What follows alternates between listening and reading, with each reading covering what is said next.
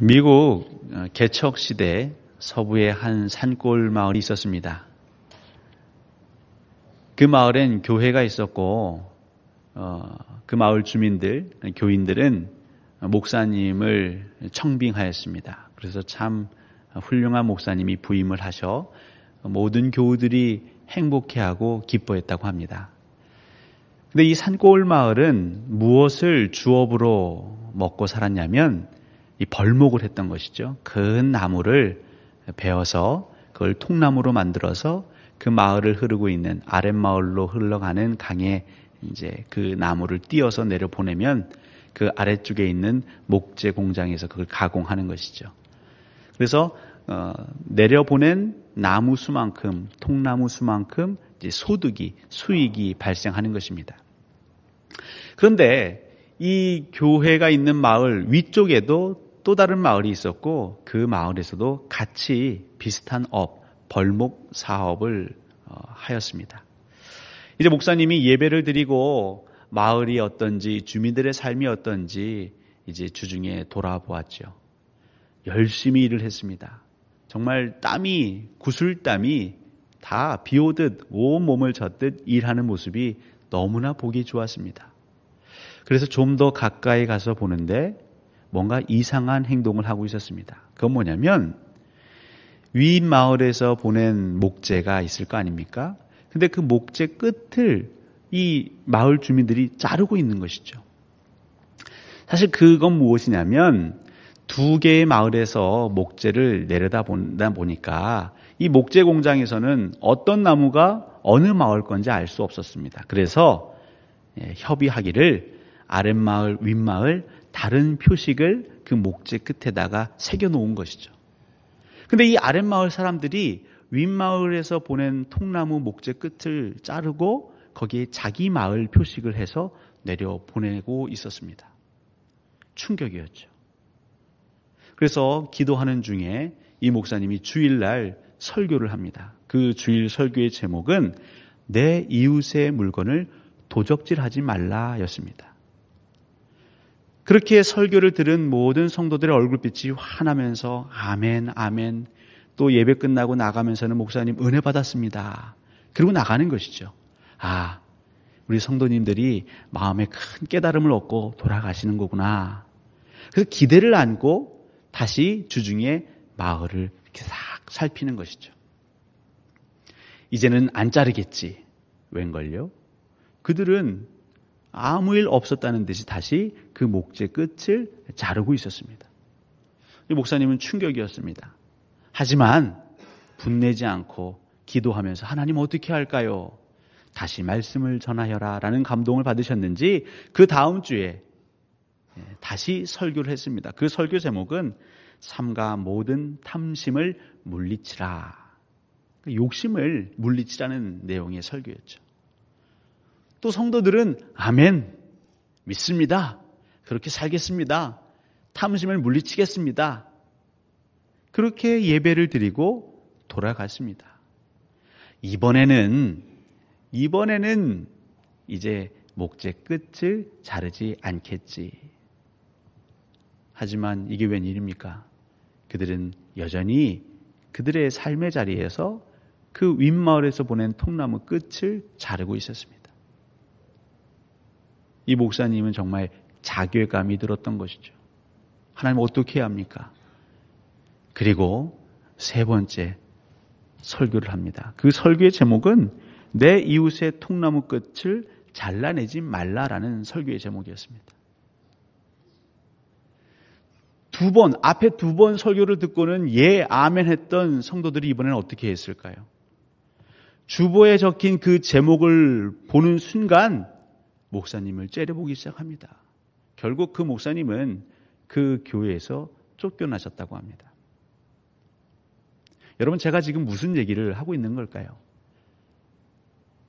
그 마을, 통나무를 베어서 목재 공장에 팔아 돈을 버는 사람들, 그들은 산에 살기 때문에 어쩔 수 없이 그 일을 해야지요. 그러면서 언제부터 신앙생활을 했는지 모르겠지만 교회를 세웠습니다. 하나님 믿으면, 예수님 믿으면 복 주신다 생각했는지 그들은 교회를 가꾸고 섬기고 목사님을 모셔왔습니다. 근데 그들의 마음속에 무엇이 있나요?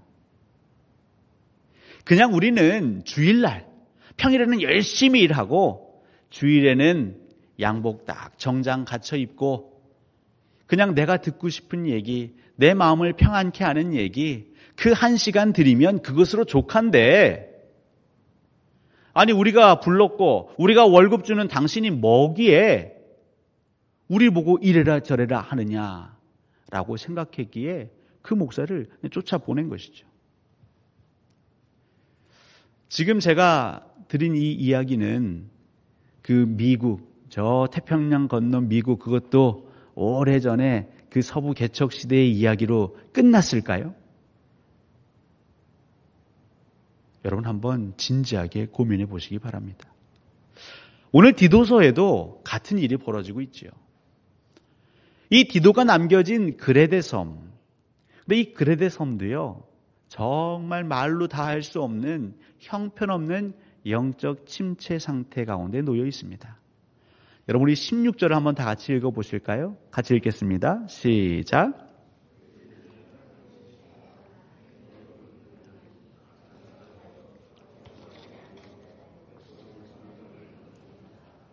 예, 여기서 그들이 나오고요. 우리가 읽은 10절부터 16절까지 계속 그들을 언급하고 있습니다. 그리고 하나님께서 특별히 바울을 통해 디도에게 명령하지요. 그들에게 하나님 말씀을 전하라. 그러니까 이 16절을 통해 알 수 있는 건 뭐냐면 그레데의 모든 사람들이 예수 믿는 사람들은 아닙니다. 그레데 섬은요, 그 전부터 살고 있던 원주민이 있었고요. 또 이것이 로마의 통치를 받으면서 로마의 관료들도 있었고요. 또 이런저런 이유로 이주해온 유대인들도 또 각지에 있는 다른 이방인들도 함께 살고 있는 곳이 그레데 섬입니다. 지난주에 말씀드렸던 것처럼 북아프리카 또 서아시아, 유럽을 잇는 그 한가운데에 있는 섬이기 때문에요. 해양 무역이 많이 발달한 곳이죠. 근데 이 디도서는 예수 안 믿는 사람, 우상을 섬기는 사람, 그들이 수신자가 아니라 디도의 사역, 디도의 남은 일이 그들 믿지 않는 사람들에 가서 전도하는 게 아니라 그 그레데 섬에서 교회를 세우고 예배 공동체라고 하는 신앙 공동체라고 하는 하나님을 믿는다라고 하는 시인한다라고 하는 그들을 향해서 디도에게 가서 말씀을 전하라고 하는 겁니다. 근데 이 그들의 실체는 무엇인가? 그들의 정체는 무엇인가? 하나님 보시기에, 바울 보기에 그들은 어떠한 삶을 살고 있는가? 그 산골 마을 사람들과 똑같이 살고 있는 것이죠. 여러분 10절을 보시면 그들은 어떤 성질을 가지고 있냐면요, 불순종하고 헛된 말을 하며 속이는 자라라고 기록하고 있습니다. 여러분 불순종, 이건 복종하지 않는 이라는 의미가 있죠. 복종은요, 그냥 납작 엎드리는 것입니다. 내 생각에는 이게 맞을까 틀릴까 따지기 이전에 내 생사 여탈권을 가지고 있는 분의 명령으로 마음에 새기고 무조건 따르는 것이 복종입니다. 근데 이 그레데 섬에 있는 교회 다니는 사람들, 그레데 섬에서 나름 신앙생활 한다고 하는 사람들은요, 바울이 보기에 또 하나님께서 뭐라 말씀하시냐면 그들은 복종할 줄 모른다. 불순종한다. 항상 무엇이 먼저다? 내 생각이 먼저라는 것이죠. 이 말씀은 내게 하신 말씀은 아닐 거야. 혹 내게 하신 말씀이라도 이것은 다르게 적용할 수 있지 않을까? 끊임없이 합리화하는 것이죠. 더 큰 문제는요, 복종이라는 건 누군가 명령을 내린 것이죠. 그러니까 명령권자가 있을 거 아닙니까? 근데 그 명령권자가 하나님이시라는 것을 잊고 사는 거죠. 아니, 인정하지 않는 것입니다. 여러분, 정말 하나님이 만군의 주 여호와 하나님이시라는 걸 여러분 믿으십니까? 우리의 삶의 모든 것이 하나님의 손에 달렸음을 여러분 믿으십니까? 하나님이 주실 수도 있고 앗아가실 수도 있고 하나님께서 우리를 살리실 수도 있고 죽이실 수도 있다는 걸 여러분 믿으십니까? 믿으셔야 돼요. 그게 신앙입니다. 우리의 창조주 되시며 구원자 되시는 그 하나님께서 말씀하시는데, 우리에게 명령하시는데 감히 우리가 뭐라고, 내 필요에 따라서, 내 상황에 따라서, 형편에 따라서 취사 선택하죠. 그레데 사람들은요, 자기들이 하나님보다 더 높은 사람입니다. 하나님 말씀하시면 이것이 옳은 말씀이신지 그른 말씀인지 자기들이 평가합니다. 구분합니다. 그리고 선택하는 거죠. 이 말씀은 순종해 볼만하다. 따라가 볼만하다. 이 말씀은 내 목에 칼이 들어와도 나는 할 수 없다. 근데 그것이 몸에 배어서 그들을 통칭하기를 불순종하며, 내 이웃의 물건을 도둑질하지 말아라. 아멘. 너의 탐심, 더러운 탐심을 물리쳐라. 아멘. 그렇다면 윗마을에서 내려오는 통나무 끝을 자르지 말라 하면 여러분 어떻게 대답해야 합니까? 아멘 해야죠. 근데 그때는 분노합니다. 원수를 사랑하라. 내 이웃을 용서하라. 아멘. 그럼 지금 여러분 곁에서 여러분을 힘들게 하는, 여러분을 괴롭히는 그 사람에 대해서 우리는 어떠한 마음을 가져야 할까요? 근데 이 그레데 사람들은요, 하나님을 시인한다고 하면서, 하나님을 믿는다고 하면서, 하나님을 예배한다고 하면서, 내가 말씀 듣는다고 하면서 어떻게 한다고? 행위로는 따르지 아니하다. 16절에 그렇게 기록되어 있지 않습니까? 시인은 하는데 행위로는 따르지 않는답니다.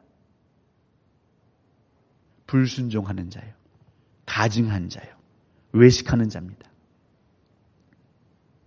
하나님을 하나님으로 섬기지 않는 것이죠. 어찌 보면 하나님을 아는 지식이 전무한 것이죠.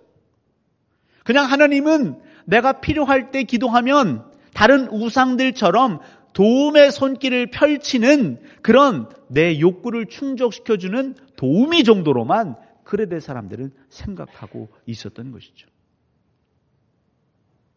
이것이 그레데 사람들의 문제고, 이것이 그 서부 개척 시대의 그 산골 마을 그 교인들의 문제라면, 그들만의 문제라면 저는 너무 행복할 것 같습니다. 여러분, 이 시간은요, 하나님 앞에 바로 서는 시간입니다. 혹 여러분들은 그레데인들처럼 행동하진 않으십니까? 여러분들은 그 산골 마을 사람들처럼 행동하진 않으십니까? 하나님 보시기에 어처구니가 없는 행동인 것이죠. 또 그 그레데인들은 뭐라고 말하고 있냐면 헛된 말을 하는 사람들이라고 말하고 있죠. 헛된 말, 쓸데없는 논쟁을 하는 사람들이라는 뜻입니다. 여러분, 이 논쟁은 사실 필요하긴 합니다. 토론 필요합니다. 근데 이 토론, 상대방과 나의 차이를 알고 조율하기 위해서 때로는 토의하고 토론도 필요하죠. 근데 여기서는요, 헛된 말, 쓸데없는 논쟁, 쓸데없는 토론이라는 것이죠. 이 토론은 전제가 필요합니다. 나름 지식이 있어야 토론할 수 있습니다. 아는 게 있어야 토론할 수 있습니다. 좀 머리가 돌아가야, 두뇌 회전이 좀 빨라야 서로 말할 수 있습니다. 상대방이 말한 것에 대해서 내가 나의 생각을 혹은 다른 나의 입장을 조목조목 논리정연하게 얘기할 수 있습니다. 그러니까 말싸움이 아니죠. 무조건 고래고래 소리 지르고 윽박 지르는 게 아니라 토론, 논쟁. 그러니까 서로 말을 주고받는 것입니다. 여러분, 이 그레데인들 중에, 이 교인들 중에 그 신앙의 물을 흐리는 많은 사람들 중에 누가 있었다고요? 할레파가 있었다고 말하죠. 이건 뭐냐면 유대교에서 개종한 사람들을 말합니다. 여러분, 유대인들은 어떤 삶을 삽니까? 어려서부터 난지 8일 만에 할례하죠. 어머니 아버지는 늘 토라 가운데 살아갑니다. 성인식을 마치고 무엇보다 그들은 늘 안식일마다 회당에 가서 랍비의 그 강독 소리를 듣습니다. 그리고 강론을 듣습니다. 집에 와서는요, 말씀을 암송합니다. 문지방에 새겨놓고 손목에 이마에 말씀을 달고 삽니다. 그러니까 성경, 토라, 율법에 대한 지식이 없지 않습니다. 있지요. 근데 이 지식을 가지고 그들은 그냥 관념으로만 살아가는 것이죠. 제가 지난주 중에 홍정길 목사님의 인터뷰를 제가 봤습니다. 여러분, 홍정길 목사님은 그래도 한국 교회사에 존경받을 만한 원로 목사님이십니다. 저희하고 교단은 좀 다르지만 남서울 은혜교회를 개척해서 잘 목회하신 분이시죠. 근데 그분이 인터뷰를 하셨는데 그 인터뷰 제목이 뭐냐면요, 성경 공부로부터 도망치라라는 인터뷰였습니다.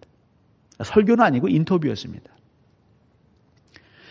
지금 저희들은요, 통합 측, 합동 측 차이는 있겠지만 다 개혁교회입니다. 종교 개혁을 뿌리로 각각 교회가 세워진 개혁교회입니다. 개혁교회는요, Reformed Church라고 합니다.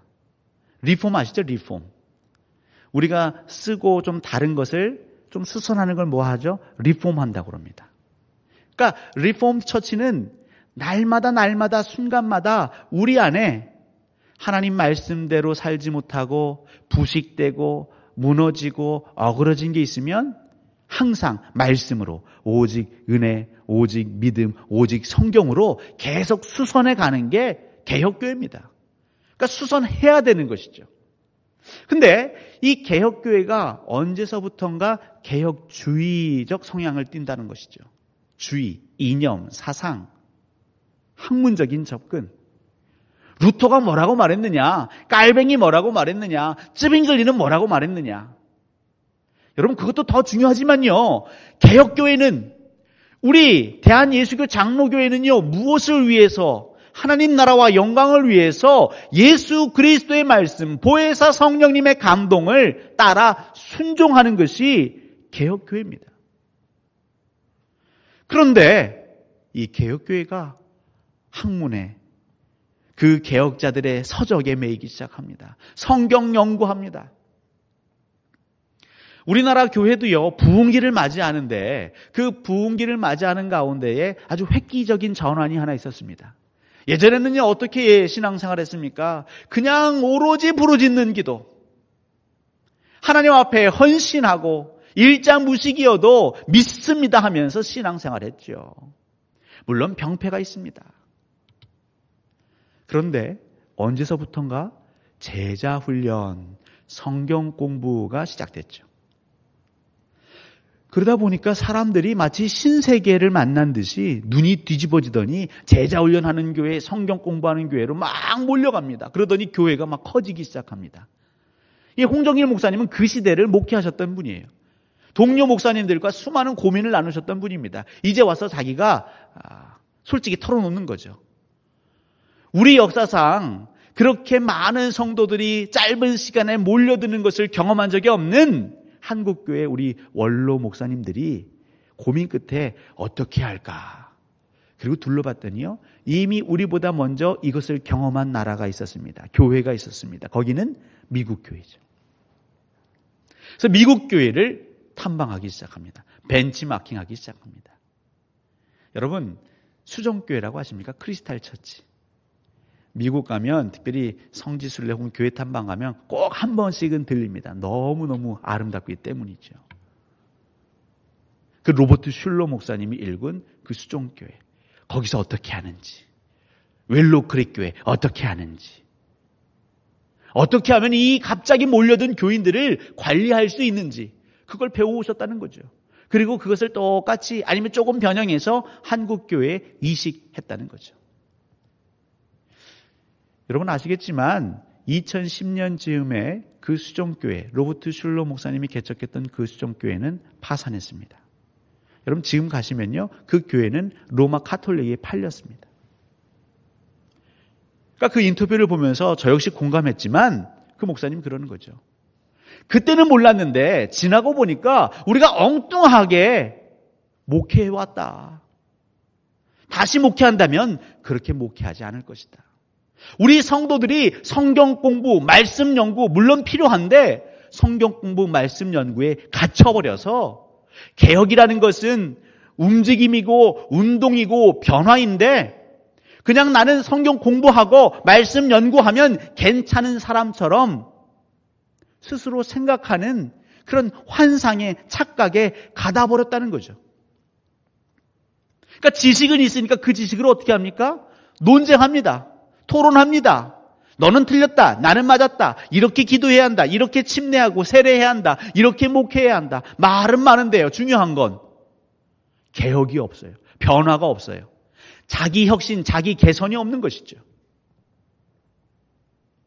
더 큰 문제는요. 순종하지 않아요. 복종하지 않아요. 하나님을 위해서, 교회를 위해서, 그 나라와 그 영광을 위해서 내 삶을, 내 생명을 더 이상 내려놓지 않습니다. 차라리 그러면 하나님 안 믿는다고 해야죠. 근데 꼭 일주일에 한 번씩은 와서 사도신경 합니다. 저는 하나님 믿습니다. 예수 그리스도 이름으로 기도합니다라고 한다는 거예요. 얼마나 답답하면 이 원로 목사님이 내게 다시 목회의 기회가 주어진다면 한국 교회 성도들 성경 공부로부터 도망쳐라. 그렇게 인터뷰를 하셨겠습니까? 여러분, 성경 공부가 무해하다, 해악이다, 그 얘기가 아니죠. 오해하지 마십시오. 우리는 대체하는 것입니다. 믿음으로 살아야 하는데 그것이 너무 어렵고 힘들고 내 손해가 심각하다 생각하니까 그걸 대체해버립니다. 성경 공부로, 말씀 연구로, 큐티하는 것으로, 그리고 나는 됐다 생각하는 거죠. 이것이 지금 이 한국교회를 이렇게 비실비실거리게 만든 주 요인이다. 그레데 사람뿐만 아니라 지금 우리 한국교회도 마찬가지입니다. 광주 동산교회는 어떤지 모르겠습니다. 하지만 저와 여러분이 조금만 진지하게 솔직하게 성찰하면 여기에 대한 답은 나오죠. 또한 바울은 하나님께서 바울을 통해서 그 그레데 사람들에게 뭐라고 그들을 평가하셨냐면 속이는 자라고 말했습니다. 지금 계속 비슷한 내용이 반복되죠. 속이는 자. 여러분 야고보서 1장 22절 말씀 잘 들어보십시오. 너희는 말씀을 행하는 자가 되고 듣기만 하여 자신을 속이는 자가 되지 말라. 그러니까 속이는 자는 무엇입니까? 듣기만 하고 행하지 않는 자는 속이는 자입니다. 그러니까 그레데 사람들은요, 주일이면 설교를 듣습니다. 하나님 말씀 듣습니다. 여러분, 그 벌목사람 하는 사람들 주일이면 근사하게 빼입고 웃으면서 젠틀하게 말하면서 말씀을 듣습니다. 그런데 그들은 말씀은 듣고 그들의 삶의 자리에서 통나무 끝은, 이웃의 그 통나무 끝은 계속 베면서 자기들의 마을 표식을 하는 거죠. 갈라디아서 6장 3절입니다. 만일 누가 아무것도 되지 못하고 된 줄로 생각하면 스스로 속임이라. 그러니까 되지도 않았는데, 난 변화되지도 않았는데, 난 거룩하지도 않은데 난 이미 거룩한 자처럼 생각하면 그게 속이는 거라는 거죠. 나는 순종하지 않았습니다. 나는 이웃을 용서하지 않았습니다. 사랑하지 않았습니다. 베풀지 않았습니다. 그런데 그냥 생각하는 거죠. 아, 사랑해야 되는데, 우리가 섬겨야 되는데, 베풀어야 되는데. 그렇게 강의 듣고 신앙서적 읽고 말씀 읽으면서 아, 나는 괜찮은 사람이 된 것으로 착각하는 것, 여러분 그게 속이는 거라는 거죠. 우리 손과 발이 무엇을 하고 있는지 그게 중요한 거지 말과 혀가 중요하지 않다라는 겁니다. 그런데 바울이 목회했던, 또 디도가 목회했던 그때나 그 신앙의 자유를 위해서 그 영국에서 청교도들이 미국으로 건너가 개척을 했던 그때나, 또 복음의 하나님의 은혜로 이 나라가, 가난했던 나라가 부해졌다고 고백하면서 그 신앙의 부흥기 속에서, 신앙의 자유 속에서 살아가는 지금 이때나 변하지 않는 게 있는데 그것은 자기 기만입니다. 하나님을 믿는다고 시인을 하면서 복종하지 않는, 가식하는, 속이는, 외식하는, 참된 진리를 거짓되게 바꾸는. 여러분, 이단, 신천지, 통일교, 이것도 나쁜 이단이지만 더 나쁜 이단은 뭔지 아십니까? 더 나쁜 다른 복음은 뭔지 아십니까? 입으로는 주여 주여 하면서 믿지 않는 것입니다. 우리가 순종하지 않고 복종하지 않는 것이 가장 큰 것이죠. 그것은 가정을 해친다고 말했습니다. 그렇게 자기 이익을 탐하는 자가 더 늘어날 거라고 말했습니다.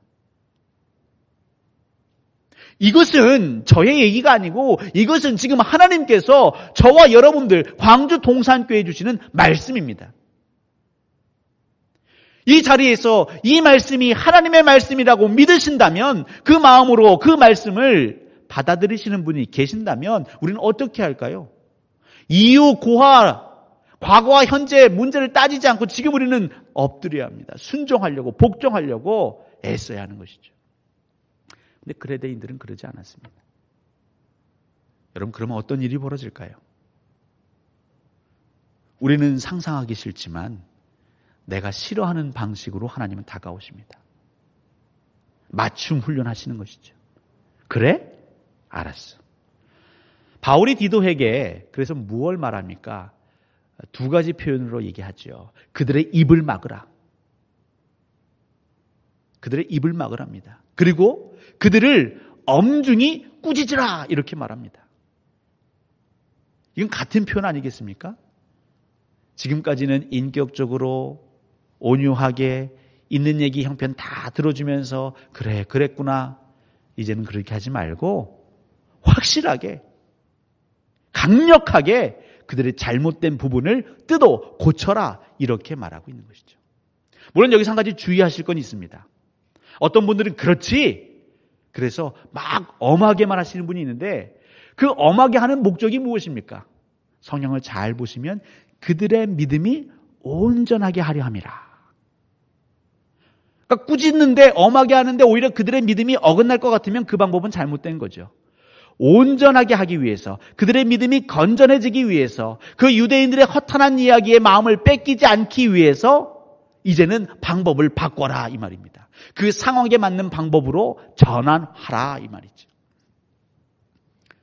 결국 엄하다라는 것은 어떻게 우리가 해석할 수 있을까요? 먼저는요, 있는 그대로 직면하게 하는 겁니다. 집사님 힘들죠. 고생 많죠. 어떻게 그래도 말씀대로 살아야지. 우리는 보통 이렇게 권면합니다. 그 목사님이 설교한 겁니다. 여러분, 여러분의 이웃의 그 물건을 도적질하지 마십시오. 지금 무슨 마음으로 그 얘기를 하는 거죠? 여러분 제발 그 통나무 끝 자르면 안 됩니다. 하지만 그렇게 말하면 상처받을까 봐 배려하는 겁니다. 여러분 도적질하지 마십시오. 여러분 탐심 그냥 그것으로 족한 줄 아셔야지 너무 욕심 부리지 마십시오. 그 끝 자르지 마십시오. 근데도 못 알아들었습니다. 이제 어떻게 해요? 얘기하라는 거죠. 언제까지 그렇게 분내고 성내고 미워하고 질투하고 언제까지 하나님께는 내가 쓰고 다 남은 부스러기 드릴 겁니까? 그러면서도 하나님 믿는다고 하시겠습니까? 하나님께도 교회에게도 당신은 덕이 안 됩니다라고 엄중히 꾸짖으라는 건 직면시키라는 겁니다. 단 그 믿음이 온전하게 되기 위한 그 준비를 해야 하는 것이죠. 그 때를 살펴야 하는 것이죠. 여러분 또 우리는 어떻게 해야 할까요? 핑계대지 못하게 하는 것입니다. 엄중히 꾸짖는 데는 핑계대지 못하게 하는 거죠. 더 이상 그 핑계, 그 형편 다 수용하지 말라는 겁니다. 오늘 본문 보시면 그레데 사람들의 특성을 설명하는 게 있죠. 민족성이라고 할까요? 그 지역만의 어떤 특별한 특징이라고 할까요? 그게 무엇입니까? 그레데인 중에 어떤 사람, 그 선지자가 말하지 않습니까? 그레데인들 12절입니다. 그레데인들은 항상 거짓말쟁이며 악한 짐승이며 배만 위하는 게으름뱅이라. 그러니까 우리 어쩔 수 없습니다. 우리 안에 알게 모르게 이런 습성들이 오랜 세월부터 우리 마음에 정신의 DNA처럼 새겨져 있습니다. 이거 어쩔 수 없습니다. 말씀 순종하지 못하는 거 우리도 하고 싶은데 이 마음은 원인데 육신이 따라주지 않는 어쩔 수 없습니다. 그 핑계를 더 이상 용납하지 말라는 거죠. 여러분 이 시대의 가장 큰 핑계가 뭡니까? 이 시대에 여러분들이 하나님께 순종하고 복종하는 것을 가로막는 가장 큰 핑계가 뭔지 아십니까?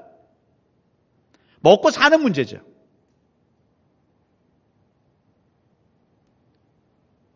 근데 하나님께서 여러분의 생명을 내일 취해 가신다면 지금 여러분 그 먹고 사는 문제 때문에 혈안이 되어서 살아가는 것 의미 있습니까? 하나님께서 여러분의 장기를, 여러분의 그 육신을 쳐서 병들게 하거나 그것이 불구되게 하면 지금 그렇게 뼈가 빠지도록 허리가 끊어지도록 일하시는 게 여러분 소용이 있습니까? 아이 양육을 핑계댑니다. 아이 교육을 핑계댑니다. 노후 대비를 핑계댑니다. 엄중히 꾸짖으라. 사실 제가 굉장히 여린 사람이지 않습니까? 그래서 우리 성도님들이 목사님 이래요 저래요 하면 저도 마음이 약해집니다. 근데 분명한 건 하나님께서는요, 그렇게 배려하고 배려하는데도 여러분들이 정신 차리고 하나님께 복종하고 하나님 믿음의 말씀으로 살지 않으면 하나님이 직접 여러분의 트레이너가 되실 겁니다. 근데 하나님이 여러분의 트레이너가 되시면요, 끔찍합니다. 바벨론을 하나님은 진노의 막대기로 사용하셨습니다. 그냥 막대기 하니까 뭐 작은 막대기 같으십니까? 몽둥이로 때리시는 겁니다. 여러분, 엄중하게 꾸짖으라. 엄한 스승을 가까이 두라는 거죠. 오냐 오냐 하는 것이 꼭 그 아이를 위해 유익하지 않습니다. 성경은 내 자녀를 위해 회초리를 아끼지 말라고 했죠. 초다를 멈추는 순간 그 아이가 어그러질 수 있습니다. 살 빼고 싶은데, 운동하고 싶은데, 근육을 키우고 싶은데, 나름대로 계획을 세워보지만 안 되면 어떻게 하냐면요, 요즘 사람들은요, 개인 트레이너를 붙입니다. 공부하고 싶은데 성적이 안 오릅니다. 우리 부모님들 어떻게 하십니까? 과외 선생님 붙여주시잖아요. 영어는 한 병원을 여러 번 오래 다니면요, 여러분의 주치의가 생기지 않습니까? 근데 그 엄한 스승이 하나님이 직접 두 팔 걷어붙이시면 그때는 여러분 악소리도 못 내는 거예요. 그때가 되기 전에 하나님께 돌아오십시오. 내게 맞는, 내가 지금 영원히 소생케 되는 방법을 찾아서 여러분 스스로를 훈련시키십시오. 성경은 그리스도인, 신자를 때로는 운동선수, 때로는 군인에 비유합니다. 그래서 운동선수, 군인처럼 단련하라, 연단하라 하죠. 여러분, 운동선수나 군인은 왜 훈련하고 왜 연단합니까? 운동선수는 경기에 나가기 위함이요, 군인은요 전투하기 위함입니다. 결국 우리 실제, 실존, 삶을 위해 훈련하는 것이죠. 그런데 그냥 교회 안에 갇힌 성경 공부, 말씀 연구, 그게 중요한 게 아니라 실제로 내가 말씀대로 살고 그 살지 못하면 그 말씀대로 살기 위한 나만의 노하우를 찾으라는 겁니다.